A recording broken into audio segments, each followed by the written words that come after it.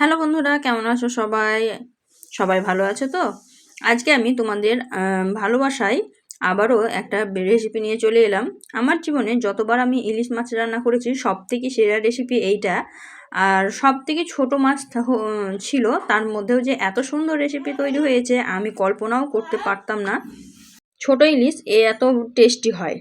তো আজকের এই রেসিপিটা আমি আপনাদের মানে ভালোবাসা পেয়েছি, তার জন্যই কিন্তু আবারও শেয়ার করতে চলে এলাম।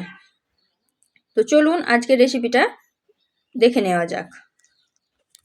রেসিপিটা তৈরি করার জন্য প্রথমেই লাগছে আমাদের মাছ। তো এই যে দেখতে পাচ্ছেন এখানে 3 পিস মাছ আছে, মধ্যে একটা করে পিস বেরিয়েছে, আর লেজা আর মাথা। ছোট সাইজের ইলিশ মাছটা ছিল। তো মাছটাকে এখন ধুয়ে পরিষ্কার করে নেব। প্রথমে যখন আমার হাজব্যান্ড এই মাছটা নিয়ে এসেছিল তখন আমার প্রচণ্ড রাগ উঠেছিল, যেহেতু ছোট ইলিশ তার জন্য।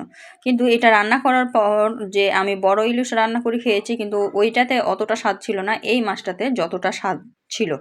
এই রেসিপিটা আমাকে খুবই ভালো লেগেছিল, তার জন্যই তোমাদের সঙ্গে শেয়ার করতে চলে এলাম। তো এই যে মাছটাকে আমি ধুয়ে পরিষ্কার করে নেব।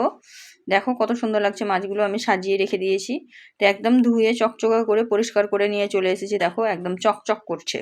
তো এখন আমি একদম ফুল রেসিপিতে চলে যাব।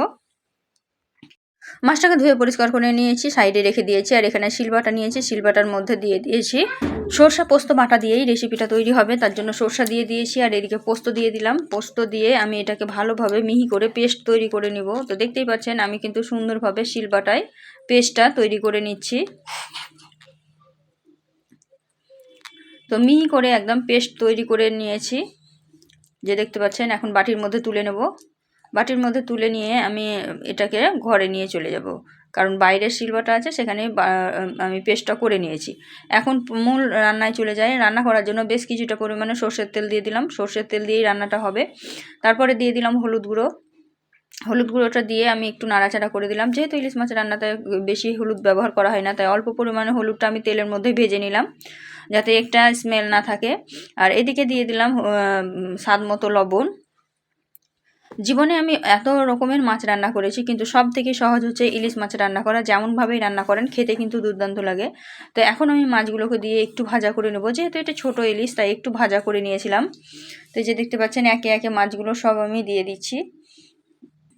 গরম তেলের মধ্যে মাছগুলো দিয়ে আমি সঙ্গে সঙ্গেই উল্টিয়ে দিয়েছি, খুব বেশি ভাজা করিনি, হালকা ভাজা করেছিলাম। মাছটা দিয়ে উল্টিয়ে নিতে যতক্ষণ দেরি ততক্ষণই ভেজেছিলাম, খুব বেশি ভাজা ভাজা করিনি। এই যে দেখতে পাচ্ছেন মাছগুলো আমি উল্টিয়ে দিচ্ছি। এক সাইড সামান্য একটু কালার এসেছে, তার মধ্যে আমি উল্টাতে শুরু করে দিয়েছি। তো সব মাছগুলো একইভাবে উল্টিয়ে দিব, হালকা একটু ভাজা করব, খুব বেশি ভাজা করব না।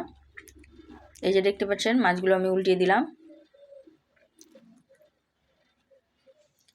তো মাছগুলো কিন্তু উল্টিয়ে দেওয়া হয়ে গেছে।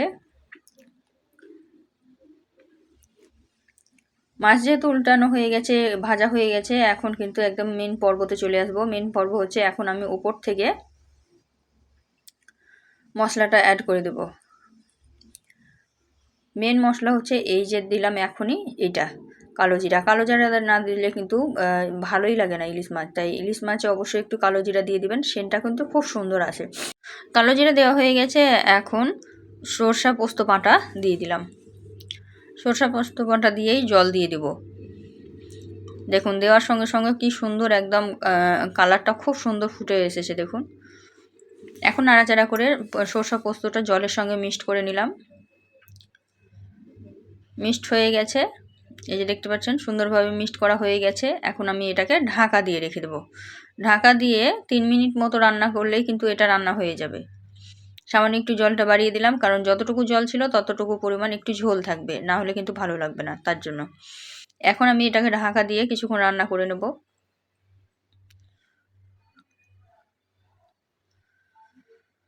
এই যে দেখতে পাচ্ছেন সামান্য আর একটু ঝোল অ্যাড করে দিলাম, কারণ ঝোলটা কম মনে হচ্ছিল, তার জন্যই অ্যাড করে দিলাম।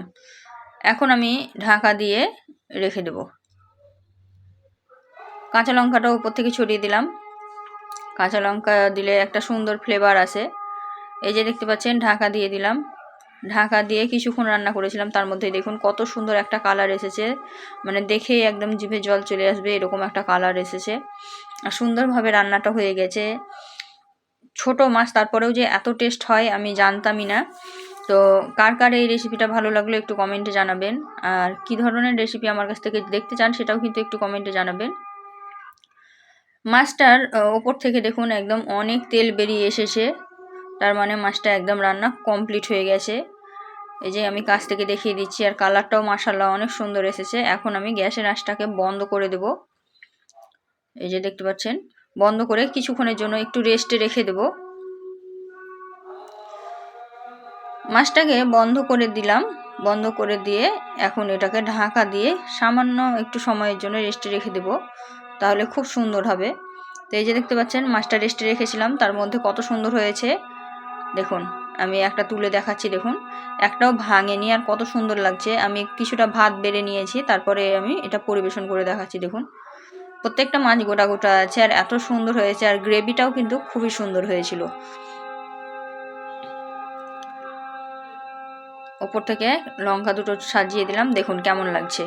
আমার তো খুবই ভালো লেগেছিল, আর আপনাদের যদি ভালো লেগে থাকে অবশ্যই একবার এইভাবে ট্রাই করবেন। তা আজকের ভিডিওটা কিন্তু খুব বেশি বড় করব না, আজকের ভিডিওটা এই পর্যন্ত।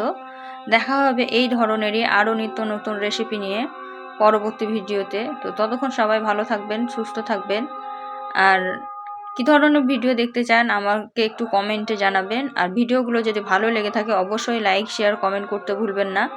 আপনাদের একটা লাইক আমাদের মোটিভেট করে নিত্য নতুন রেসিপি তৈরির আগ্রহ বাড়ায়।